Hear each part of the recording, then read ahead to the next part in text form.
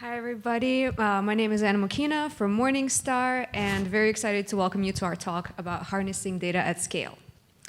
It is a very exciting time to be in fintech, as we can all hear today from all these presentations.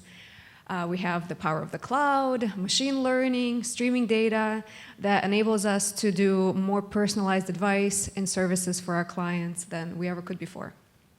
And at the heart of all of those capabilities is, of course, data.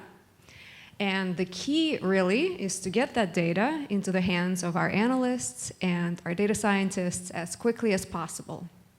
And so hence, there's been an evolution in how data is stored in the cloud. And today, we'll get to hear from Christian Raming, who is the CEO and founder of Etleap, about what those trends are in the data industry and how Etleap is helping clients build out their data lake solutions and warehouses in the cloud. And then next, we'll hear from Jeff Hirsch. Jeff is the head of the data and analytics in Morningstar, and he'll share a practical example of how we've been working with Etleap on our data lake journey. So with that, let me hand it over to Christian. Thanks so much, Anna. Very excited about being here and to be able to tell you about data and analytics today. So in my previous job, I was CTO at an ad tech company where we had data in all kinds of places. We had data that was sent to us by partners. We had internal databases. We used services, external services like Salesforce and Google Analytics. And we ended up standing up these big computing clusters to essentially bring all that data into a single location so that our data analysts and scientists could do their job. And I've been in data engineering my entire career, and this was tremendously time-consuming. In fact, we ended up with an entire engineering team dedicated to doing just that. And so while these engineers were sort of bogged down in these long engineering projects, the data analysts essentially were waiting for the data that they needed to do their jobs. And as you can imagine, that led to a lot of frustration. And so we saw that, taking a step back, I sort of looked at it and I sort of thought to myself that this looks like a tooling problem, right? Like if we just had the right tools, we could do without all this time and effort and frustration. And so we went out looking for tools, and the good news was that there were a bunch of ETL tools in the marketplace, well-established players, and the bad news was that they were all built for this bygone era where data only lived in a few places and there wasn't as much of it. So we found that basically we evaluated these tools, and we found that by looking at or by using one of them, our analysts would still have to wait for the data, and also our engineers would still have to do a bunch of engineering to make it work. So we looked around and we saw other companies struggling with this, basically spending a ton of time and money on ETL. That's basically when I decided to start Etleap. So what we do is we provide a software solution that lets you quickly and easily build warehouses and data lakes in the cloud, integrating data from, I think we're up to over 100 data sources that we support out of the box. And we essentially take the pain out of ETL. Or out of managing pipelines. And so in short, started Etleap because I thought it shouldn't take months or years of effort and a big engineering team to build great data infrastructure. Thanks, Christian. And now let me turn it over to Jeff to hear about Morningstar's work with Etleap on our journey to the data lake. Thanks, Anna. So about 3 years ago, my team was challenged with helping our quantitative researchers get data into a single location so that they could cleanse it and they could start building their models. And Morningstar is about a 40-year-old company, so you can imagine over the years and with acquisitions and whatnot that the data has kind of ended up in a handful of hubs, but not in necessarily one central location. And so one of the things that we wanted to do was build out this data lake in this central location where we could take all our great data and put it together because it's powerful in its own right, but it's more powerful when it's married with these other areas of context like ESG as an example. So we began that journey to try and help them. They were spending a ton of time on collecting the data from the locations and then cleansing it and getting it in the way that they wanted it. And as a result of that, the research process was kind of judicious at Morningstar because the investment was large, so you had to choose which projects you thought had legs, or which ideas you thought had legs, and you put your time and your effort behind those. And so we wanted to kind of speed that up. And so we took a similar approach as Christian, where we went and we looked at the market and we said, okay, what are the tools out there to kind of do this? And what we found was that, as Christian said, a lot of the tools were kind of last generation. They were meant for kind of our traditional relational databases, and they basically had support for next gen, but it was kind of a bolt-on. It really wasn't fit for purpose. It wasn't built from the ground up in the way that maybe we would build it. So we went forward with, okay, we're gonna build this on our own. And so, about 5 or 6 years ago, we had standardized on AWS as our primary cloud provider for Morningstar. And so we said, okay, let's look at the technologies in AWS and let's figure out how we're going to get all this data into our data lake. And AWS has a lot of technologies and tools to build out data lakes and lake houses or data warehouses.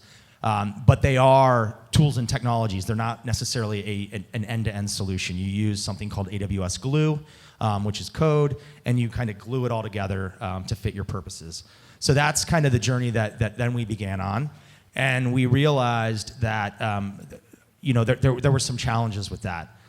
First and foremost, we had a variety of different integration points, and so building the integrations to those, that was overhead. Secondly, it was very tedious because the developers, the developing engineers weren't necessarily the SMEs of the data. So you had business analysts working with developers, working with quants on who wanted the data in the end state. So you have all these three people talking and trying to figure out just so the developer can write the code. And so that's a very kind of tedious and painful process, and it takes a while. And then thirdly, we were running into scalability issues as the kind of data loads increased. And we knew that in order to solve that, we were going to have to build a scalable infrastructure that supported kind of all our pipelines in a generic fashion. That was essentially building a product to support this. So, coincidentally, one of our engineers attended a reInvent and came across Etleap. And he said, I think this is exactly what we're trying to do. And so we evaluated the tool, and it was kind of fit for purpose for what Morningstar was looking to do. It was built entirely on top of AWS. It was using AWS's Elastic MapReduce, their scaling platform for scalability. There were integration points out of the box, whether it be Salesforce or SQL Server. And probably the most important thing or the most attractive thing was this slick UI that was built for doing what they call data wrangling, which is essentially slang for ETL. And what it allowed was our data experts to actually use this tool to do their kind of ETL and their wrangling logic without having to get an engineer involved. So we started using that, and we had our acquisition of Sustainalytics in June of last year. And so that was one of the first big kind of integration efforts that we said, okay, let's take this Etleap tool and try and get all the Sustainalytics data into our ecosystem. We were successful with that, and that kind of paved the way for further onboarding. And now we're kind of using, like all of our pipelines are essentially being built leveraging Etleap as kind of the pipeline wrangling and management tool. So it's been super helpful for us. It allowed, like our developers before felt like they were doing a ton of undifferentiated work and just standing up this plumbing. And so it allowed us to not have to worry about this plumbing, and allowed our developers to focus on what we believe is more differentiating work, which is, the specific tasks of our, the complexities of our financial domain, integrating with our products, integrating with different methodology and forecasting engines and whatnot. So that helped tremendously. And what I would say is that, first, probably the most important thing was from the researcher's perspective.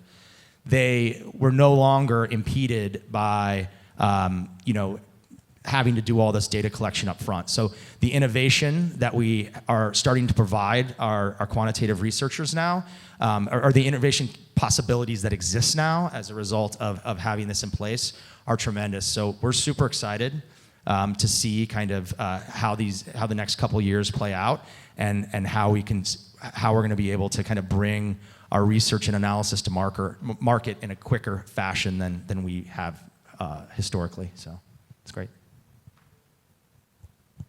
That's awesome. Thank you, Jeff. Thank you, Christian. Really interesting to hear the insights about how companies can truly efficiently take advantage of using data in the cloud. We are out of time today, unfortunately, but if you want to learn more about Morningstar and Etleap working together, we will be publishing a case study that's a more detailed description of what we've done.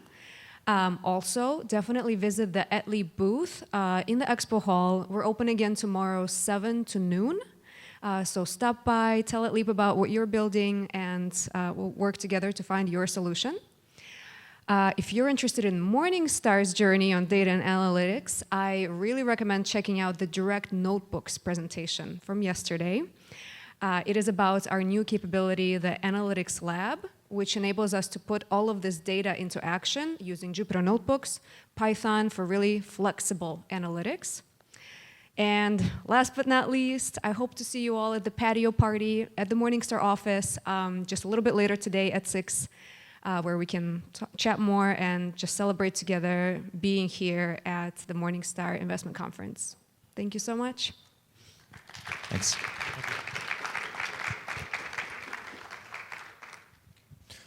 All right, as Anna mentioned, we're having a FinTech patio party. We'll hope to see you all there. I want to thank our speakers. I truly enjoyed learning about these exciting and innovative companies. And then a special thanks to our two sponsors, Etleap and 630, as sponsors of our FinTech patio party. So if you don't have the invite, you can use that code right there. You can find one of us afterwards, or you can try to shoot the screen. So thanks again, everyone, and we'll see you later tonight.